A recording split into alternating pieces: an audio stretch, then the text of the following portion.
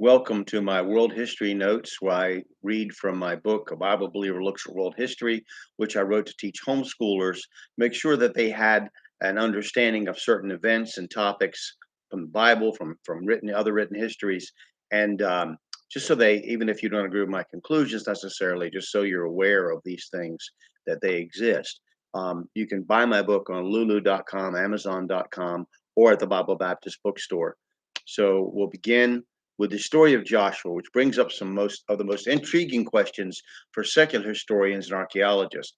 The archaeological history of Jericho contains evidence that it was an ancient city by the time Joshua arrived. The city states of Palestine and Syria were so wealthy by then that they had invited conquest by Egypt. At the time of Joshua, Durant reports, as does the Bible, that Jericho was quoted as a well-walled city ruled by kings acknowledging the suzerainty of Egypt. The tombs of these kings, excavated by the Garstang expedition, contain hundreds of vases, funerary offerings, and other objects indicating a settled life at Jericho in the time of the Hyksos domination and a fairly developed civilization in the days of Hatshepsut and Tutmos III. Quote unquote. Then Durant makes one of those wonderful statements of his that reveal the weakness of traditional histories alongside of the authority of the Bible. He goes on to say, it becomes apparent that the different dates which we begin the history of diverse peoples are merely the marks of our ignorance. Unquote. Usher dates the destruction of Jericho to 1451 BC. Joshua and the Israelites cross the Jordan, the males are circumcised, and Joshua has his encounter with the captain of the host of the Lord, who gives the answer that everyone who goes to war should read over and over again. When asked if he was on Joshua's side or the enemy's, he answers in 21st century English, neither, but as captain of the Lord's host have I come. So the Dictionary of the Ancient Near East reports that after the destruction by fire, the city is not rebuilt for many centuries. Joshua 6:24 says, and they burnt the city with fire.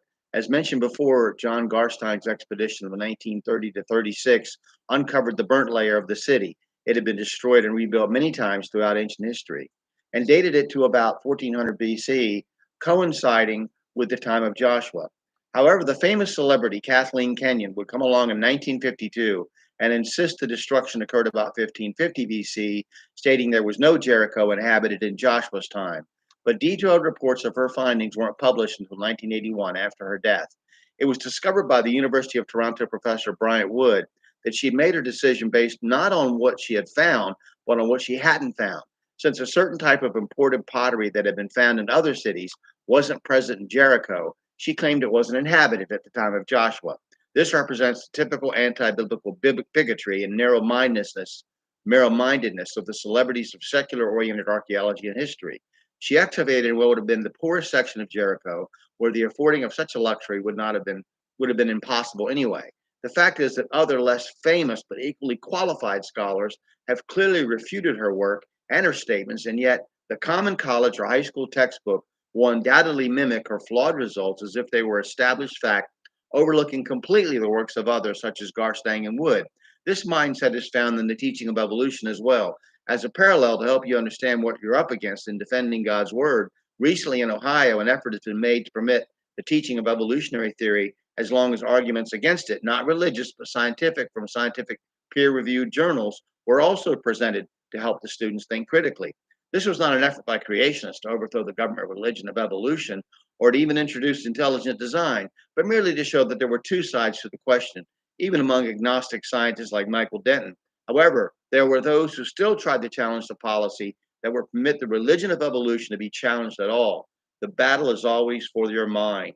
We're going to go back to Joshua next. That's all I'm going to do right now.